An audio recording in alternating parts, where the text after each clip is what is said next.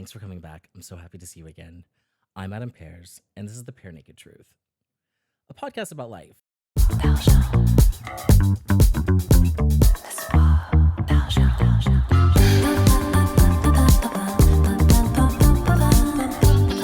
Toucher les astres et les nuages.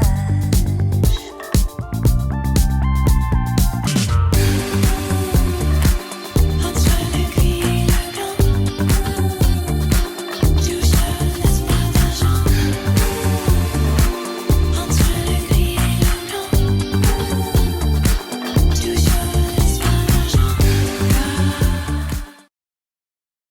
Before we get in, I am so nervous today because the topic is about family, and I'm just like anxious and putting this off. But first, before I dive into that, you are my special friend. It is just the two of us, and you know me.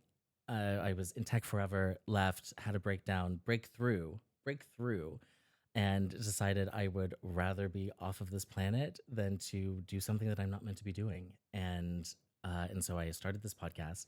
I'm a gay autistic man in New York City. This is my beautiful apartment, and I am here to tell you that there's a level of illusion to everything in life, and you need to stop believing things people tell you or things you're telling yourself because it's not true. And you can live whatever life you want to now. And so I am here. We'll laugh together, cry together.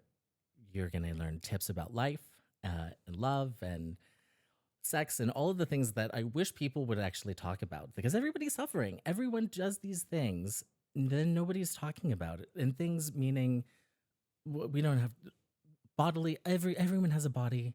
All of these bodies have things that are going on with them that are uncomfortable or awkward. That then everyone's pretending like they don't.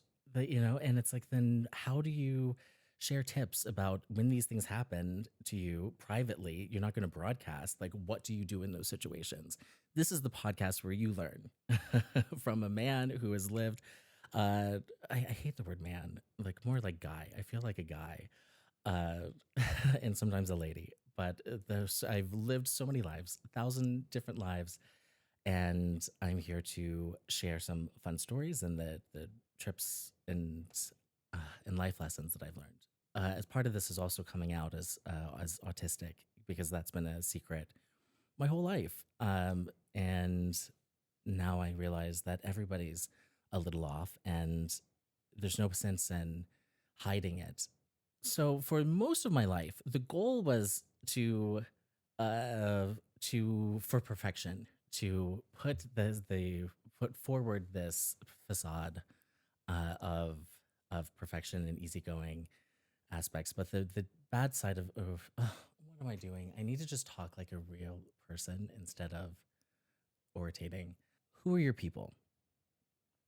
That's a question that's asked, and we all ask it whether we know that we are or not. Like, that can be what group you belong to, or who raised you, what social stratosphere are you from, and so I wanted to take this kind of like a mini series because I'm going to be referring to all of these people over time with you, and so I want you to understand who these people are that made me who I am. And before I get into stories, and it's so because it's kind of has a tragic ending, but with my dad. So my dad's dead. I think I told you that.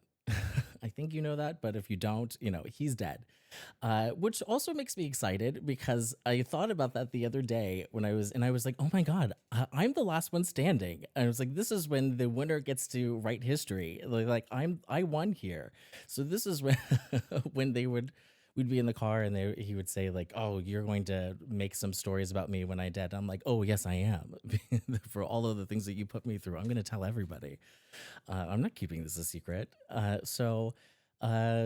anyway, so you don't really know who somebody is if you don't understand their context. So my dad's name was Norman Pears. He was one of six, the son of a pastor in Mobile, Alabama. Everyone in the family's tall, and on my dad's side, except for my dad. So all of the women are 5'10" and above, and like my grandfather was 6'5", my grandmother was 5'11", and then my dad is 5'5". just this short man that who used to be called an Arab back in the day because he looked Middle Eastern. And like I said, or maybe I didn't know that my dad was black until second grade when I drew and used a peach crayon, and my mom had to explain to me that black people could come in all shades, even if they are lighter than white people, which were peach. We'd call them peach people back then. Because I'm like, why are you calling them colors that they aren't? Never made sense. But so that was my dad. And so before we get into the stories and the lore of Norman Pears, because usually I would refer to him as Norman Pears, because at some point, very early in life, I realized that there's the parent and then there's who he is as a person in this world.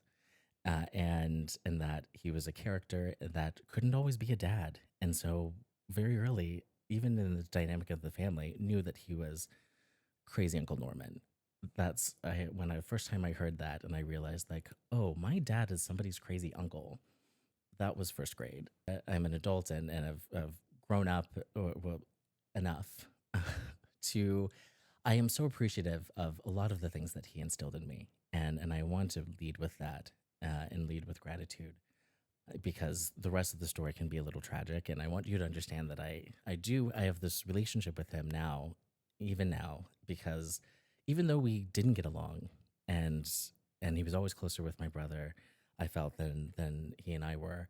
I was definitely he and I are more alike, even though I hate it.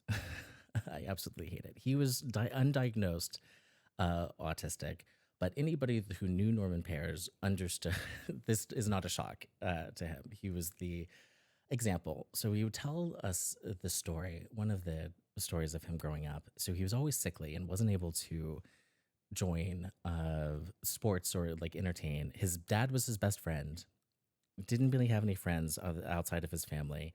And he would race the track team alongside them. So he wasn't on the track team, but he would like run and time himself while he was racing down and said that he's world class. And he would tell us these stories about how that awards and all of these accolades don't matter because he was like fast and he couldn't have done XYZ thing because of the sicknesses, but you shouldn't look to the world for external validation, that you should know that you're world class and that should be enough. And that was kind of how he lived his life and would buck the system at any given point. And so he had this story about the importance of underwear because of the proper underwear because he was running alongside, and this is in high school. So he's the short man running with the track team. And then he was like, then I realized everybody was laughing and looking and pointing, and my goodies had fallen out of my shorts. He was like, I was so embarrassed and I had to run home. And so then he was constantly worried about his goodies falling out of his shorts and making sure that that never happened again. And it would instill the story.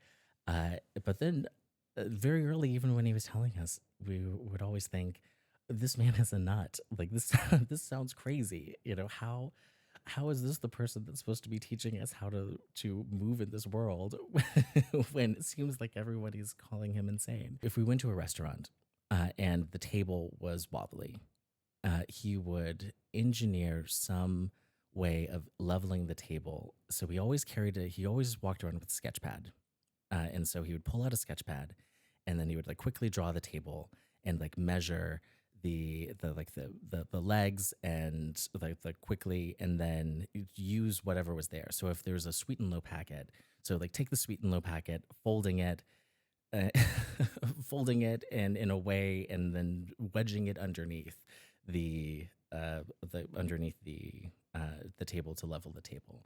He couldn't just like shove something under there and like feel it because it's like, well, why do that? Because then you do that and then it's too high, and you could just do it nice the first time and then it's done instead of. And that didn't take me any time to like to sketch this out, but he didn't care that everybody was looking at him in the restaurant. It would make this like whole production, and we'd be like, Dad, what are you doing? Like, why are you doing this? And he's like, you think I care what people think about me? uh his voice would screech, like go up, like if you were like upset at any time, and would become this like really like hyper hyper, like 3 octaves that higher than a normal man would. He had a very large butt and was very homophobic and was always scared of the idea of man on man rape was always something that like horrified him, and he would just tell us the horrors that like happen in this world, and that you don't want to do anything funny. At the these are just like constantly things that he would say. My dad would, I'm like ruining the story because I'm so nervous.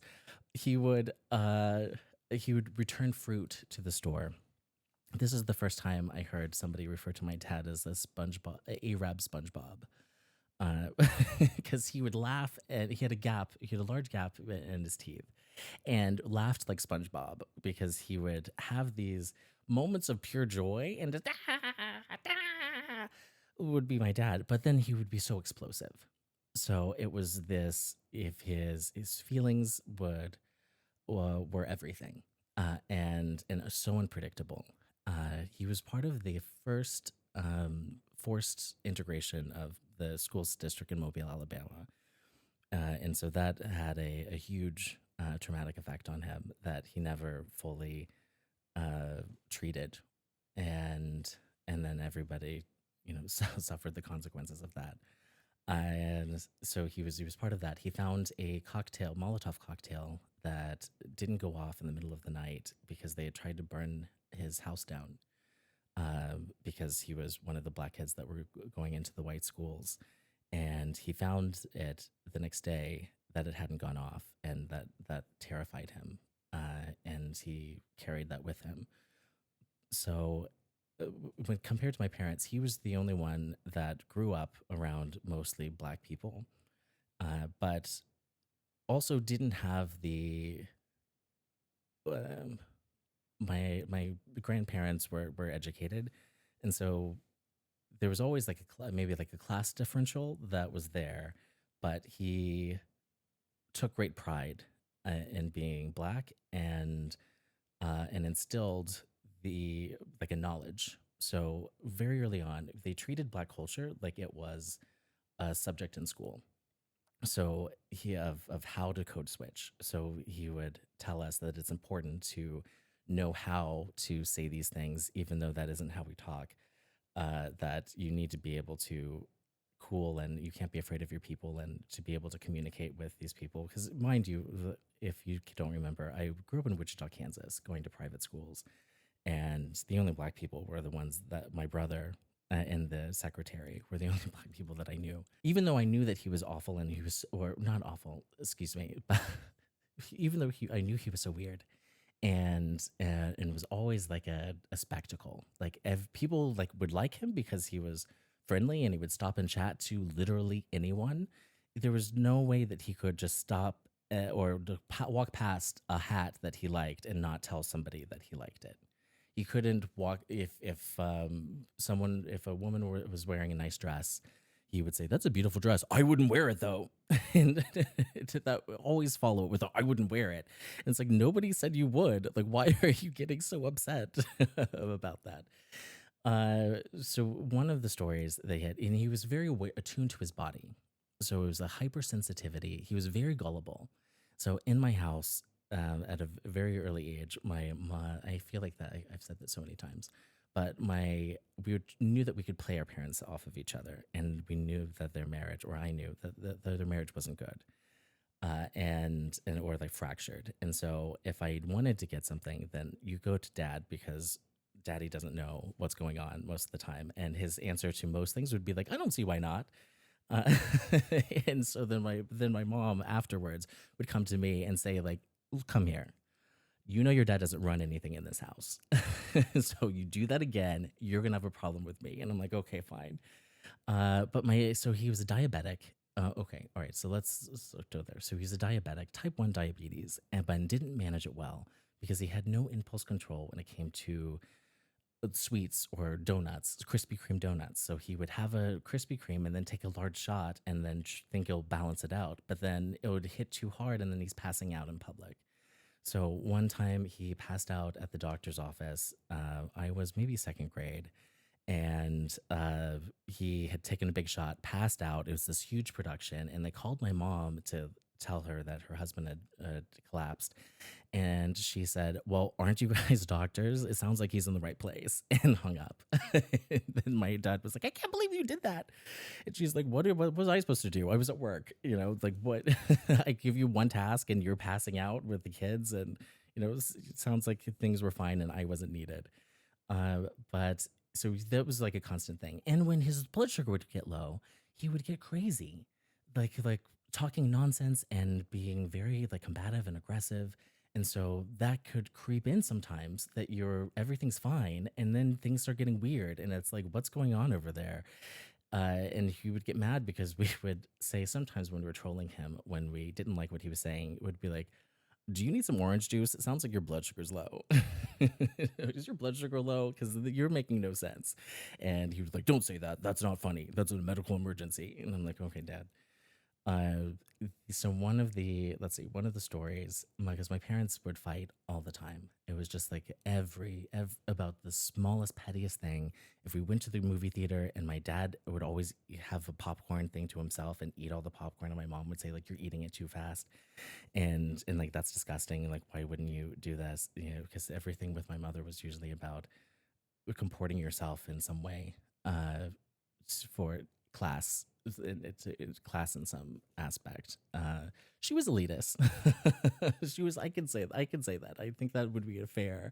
I feel like that would be a fair statement to make. And then my dad was kind of more of a, oh, who cares about this? Because his none of this matters. And I think that's something that I've just learned, that he's like that, you're just in a meat suit and your spirit is there, and none of this in this world matters. It's who you are inside, and that you nourish your spirit. And he would call himself a spiritual warrior, and that everything would be just life or death, more than life or death, because this would be, the cosmos would be at stake if he were to go against his principles. And so this is like how strongly he would feel. And he'd be like, "I would rather die." And it's like, why are we talking rather die than what? Then it's like not have your shirt tucked in, or like for a belt? Like, why are we doing this? So they had just been fighting all day. It was my dad's birthday. My dad couldn't drive for what, I don't know, for whatever reason. My mom was driving, and we had stopped to get candy at the store. Sure, free candy and all this. But my mom went to get grapes, because she's like, "I wanted fruit instead." My mom knew that grapes upset her stomach, but got these grapes. We're in the car driving back, and everybody's tense and annoyed because they've been fighting all day. And then she starts she starts letting out gas, and you can smell it, and it's like, oh my god. And my dad's like upset, and she goes like, "Oh, that's disgusting," and rolls down the window. My mom rolls up the window and then puts the child lock on, and and then continues to fart, like more to force it out. My dad is screaming now, like for her to roll down the window. We're in the back seat howling because we're like, we can't believe this is happening. And then my dad was just like screaming, and she did it all the way. This is like a 20-minute ride home. She did it all the way home. Years later, like decades, we would start laughing together, and she would be like, "I can't believe she did that. Why would she do that?" And I was like, "Because there was a mean streak in her." We knew how to manipulate him. That if you got one of the things that he was scared about, which was usually like diarrhea, it was with like the fear. It was like the fear was enough to justify anything. So if I was late coming home and missed curfew, or something happened, if you just threw possible diarrhea into the into the story, you were fine. Like he's like, "Well, you can't plan for that," and everything was forgiven. So there'd be certain things that we would do, because he was just like so fearful of these, like, idiosyncrasies that he had. And or it was These were idiosyncrasies that he had. And so he had a surgery on his leg, um like a and they'd given him pain medicine, but he was like so scared of being addicted to pain medicine, and he was just like having all of these feelings. So it was New Year's Eve, Tony Braxton's on the TV. I'm with my brother, and then we hear my dad like screaming from the bedroom, and he was very dramatic too. He was mad that we weren't up. He would want to kick in, like lay down the law. So he never spanked us though, because he had been spanked. My grandfather, I guess, had been like overly physical and abusive. So he never spanked us, but would yell and make a lot of commotion. So like clapping his hands. So he would crack the door open and then kick it, so he could give the effect of kicking in the door and laying down the law. But he would never damage the door frame because that's just crazy. So anyway, so going back to this, like New Year's Eve, and he screams, he's like, "Boys, come in here." I'm like, "What's wrong, Daddy?" And he's like, "Neither one of you are doing really well in school right now." This I had just gone to college, and he goes, "And I just want you to tell you that if things get bad, come home, because there's all sorts of terrible things out there, like selling drugs and male prostitution, male prostitution." And my brother and I look at each other, and we're like, and we start laughing, and then he's like, "You think this is funny?" We're like, "Well, Dad, I mean, I lived on my own before, and I was a male prostitute selling drugs." And he's like, "But did you save any money?"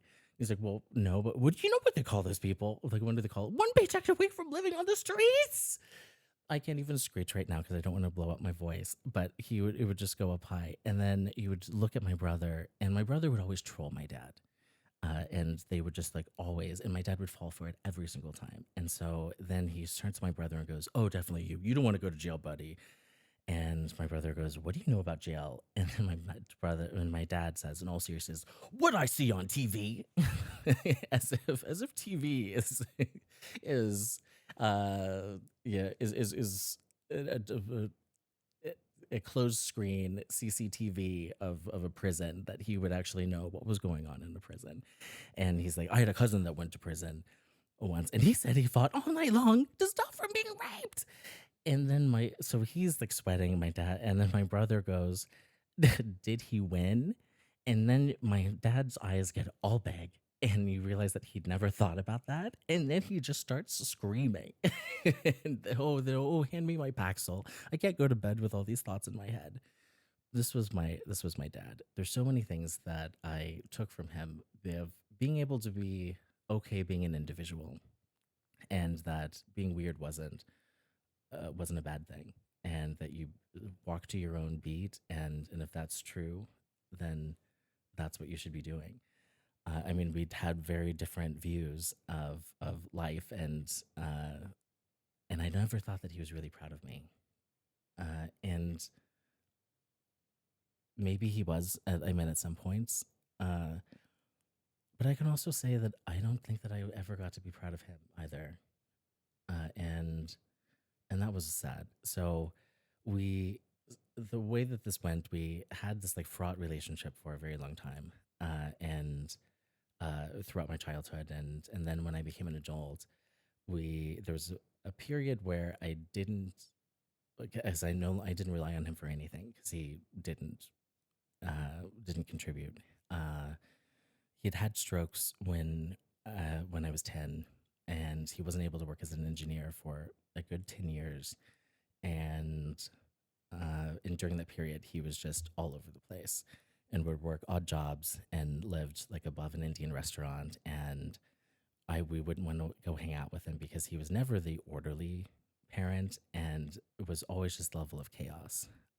When my mom died, we kept it a secret from him for a year and a half, because there were custody things going on, because my brother and I were both under 18, so we didn't tell him. This became a something that he never let go, and would bring up periodically, that he couldn't believe that we did that to him. The time that we, and this is, I can't get into all the story, but my dad found out that my mom had died when the school, or the Cornell, had called my dad to say that I had tried to commit suicide, and but I was okay, and that he should probably come to Ithaca because he was the only parent that they had on record, because my stepdad wasn't on the official registration, and that was how he found out about this. My dad taught me about quality, and in all things of cars, stitching, uh, fabrication, because he and I were hypersensitive to everything. And my whole life I would try not to be like my dad, and we have facial blindness. Like he and I both had facial blindness, and I knew what he would do because he would interrupt movies and wouldn't be able to keep the character straight because he's just like, well, I can't tell that woman with yellow hair from the other woman with yellow hair, and I'd be like, Dad, nobody can, but just like watch the movie. Because I'm like, why do you have to like make such a big deal about it? Just figure it out. So that was the so facial blindness, the a lot of the ism that comes to it. The imagination I also came from him too, that he was always inventing. There was this Coca-Cola sign in San Francisco. It had been there for 100 years, and it lit up, and my bedroom looked right at it. And every day I would look up at the sign then of this. It was lit up and also animated with the lights. And one day it turned off, and I was looking up there, and it was just off, and I gave it a week. And then I was just like, why is this still? Somebody needs to do something. And I was like, you know what? Well, maybe why don't I look up, well, who's the management company, and I'm going to send them an email to see what's going on. One of the biggest things with my dad was about see something, do something.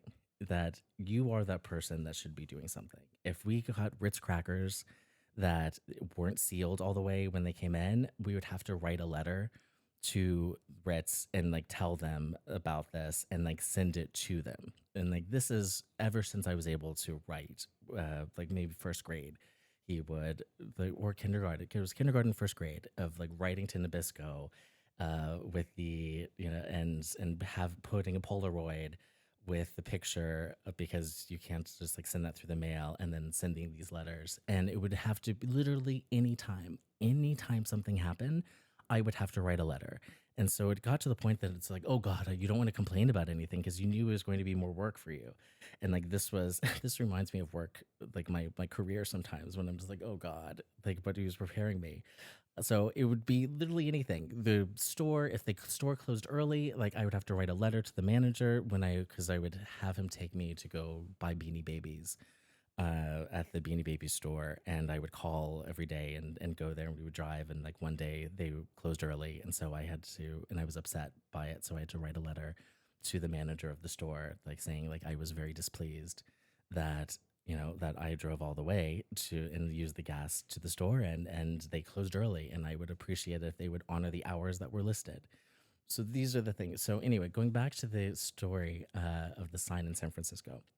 So the sign goes out. I look up the people and then send them a message on Twitter. I had 12 followers. It's not like I have that, and just sent them a message saying like, "Hey, I don't know if you know that the sign's out, and I look forward to this every day." And then they sent me a message back saying like, "Oh, we didn't know." And then they sent me a video of them putting fixing the sign and putting it back together. And he said, "Here, we turned your sign back on for you." And I loved that moment because it just showed me, you know what? Sometimes you are that person. Instead of sitting around and waiting and saying like, why isn't somebody doing something?